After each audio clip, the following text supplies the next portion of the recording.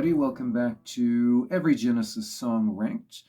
We're into the top third now, roughly, give or take, which means we're getting into some stuff that I really love the hell out of. And also maybe a couple songs whose reputations have led me to place them a little bit higher than I might have just based on personal preference. As always, I'm Hans from Electric Brain, Electric Shadow. We are a contemporary art rock project that tries to balance thematic and musical complexity with emotional nuance and accessibility. That's a goal that I think Genesis mostly stuck to as well for most of their career, so I've taken some inspiration from them in that regard. You can find playlists of a couple of our albums here on YouTube, or, look us up on Bandcamp or your preferred streaming platform. Number 69, I have The Day the Light Went Out. This is one of my favorite B-sides, actually, though I don't believe the highest ranked of the B-sides. How can you not love a strangely jaunty, almost pop song about an alien parasite sucking all the life out of humanity? It's darker and weirder and less lush than most of what's on And Then There Were Three, but it's also adorably mean-spirited. Quite catchy for a B-side. Number 68, Afterglow. This is, I would say, a sweet ballad with an uncharacteristically stark arrangement for what the band was doing at this time.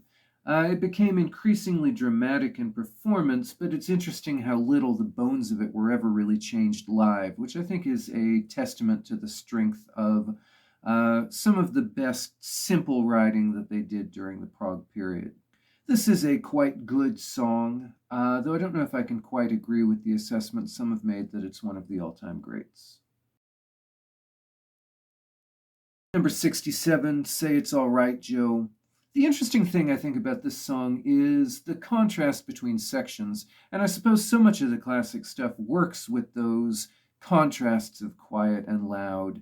But there really is something particularly interesting about that dynamic here, the way that that the song and the delivery kind of holds its breath and tiptoes almost during the verse. And then, I don't want to say that it explodes in the chorus exactly, but it kind of bursts forth in this like big widescreen splash of keys. And then it trails off again almost before you know what's happened. I'm also partial in this song to the kind of tapestry of arpeggios that comes in the wake of that big splashy chorus. That section is mixed quietly enough that it's easy to ignore, but it almost reminds me of something from the Aunt Phillips days, and I think it's a really beautiful part that I overlooked for a long time. Number 66 is Man on the Corner. Everybody knows the rhythmic trick of this song where only Phil can quite find where the one beat is because of how the drum machine is programmed. That's made it deservedly, I think, one of the emblems for how in this period of time they could do things which felt straightforward but actually had surprising complexity going on a little bit under the surface. Now, that drum machine loop is one of the most appealing uses of that instrument that really they made during a period when there were a lot of appealing uses of that instrument from this band. And I haven't said too many positive things about Phil's singing in the ranking up till now, which I regret a bit, because to be clear, I do think he's obviously a really fantastic singer, particularly during this time.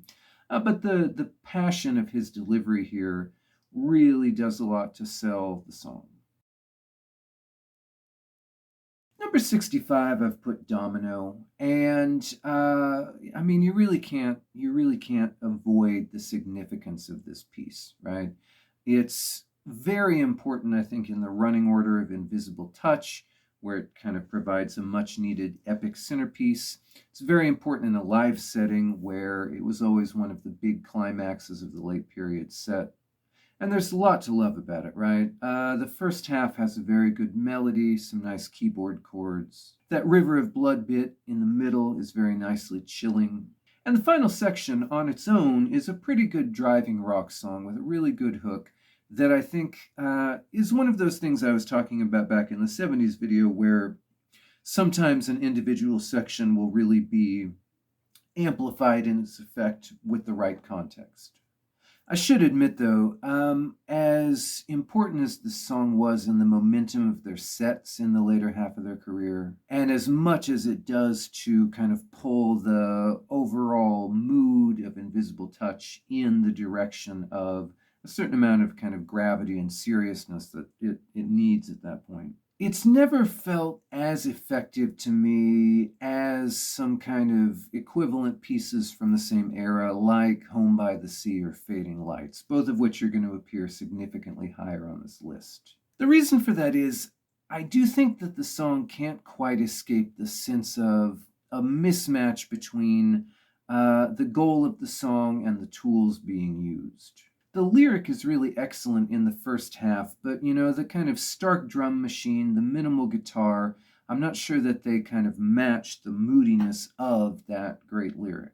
And the second half it's just kind of always hamstrung a bit by the fact that this version of the band, using this particular set of instruments and gear, just can't quite rock as hard as the piece kind of demands that they should. This is a very good song in many ways. It's a very important song. It's maybe also something whose quality ultimately doesn't quite match its significance, which is usually something that I would say more about the pop songs than the epics. But again, I would probably put this lower than a lot of the other important kind of artier, heavier late period pieces.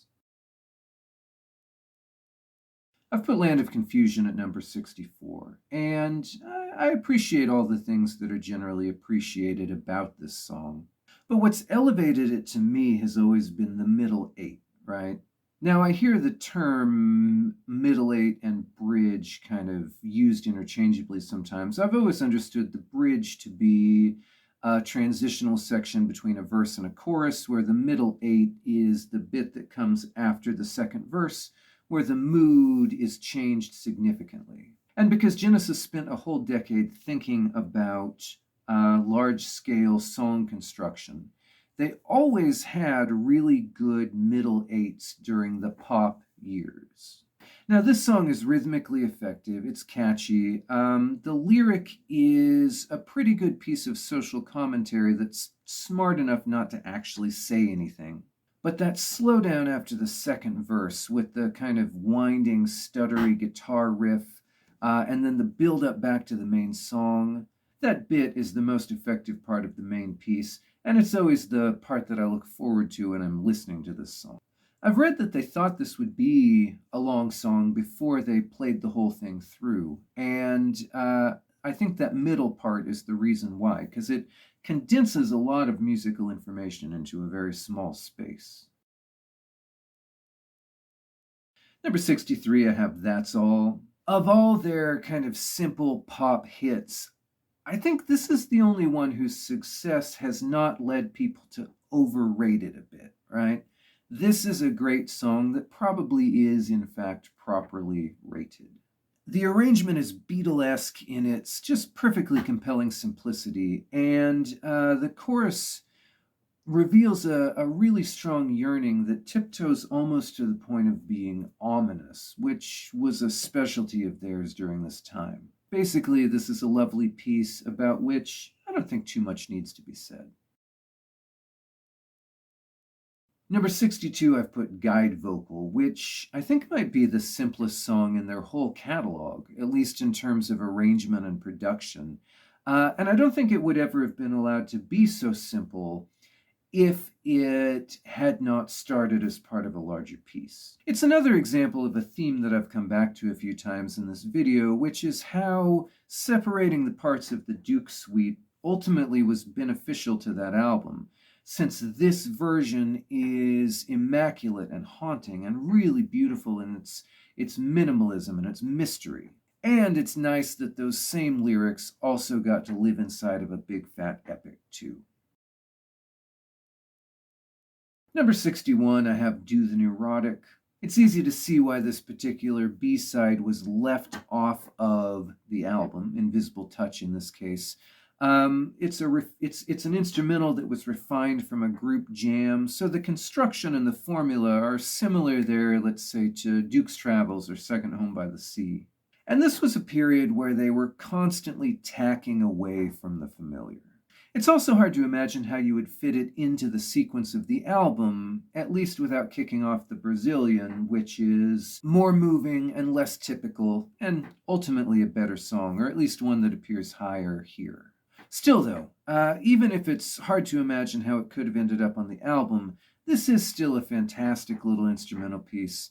It keeps up a brisk pace, but it still manages to fit a lot of small hooks in there. And I think more than anything else, it really carries across the joy that they had in group interplay during this time, and probably carries that joy across just as effectively as some of the better known instrumentals like, the aforementioned Home by the Sea.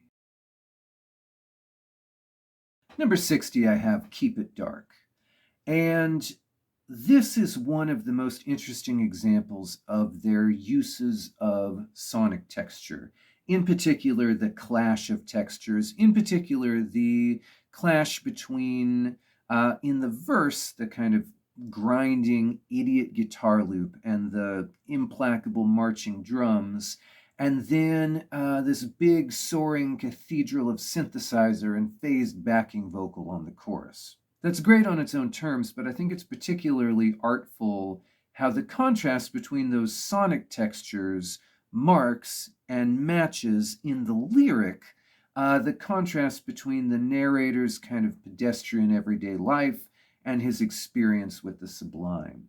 Now, Abacab, of course, marks a turning point where attention to details of playing and performance is replaced by attention to details of sound and production. Many people regard that as a loss.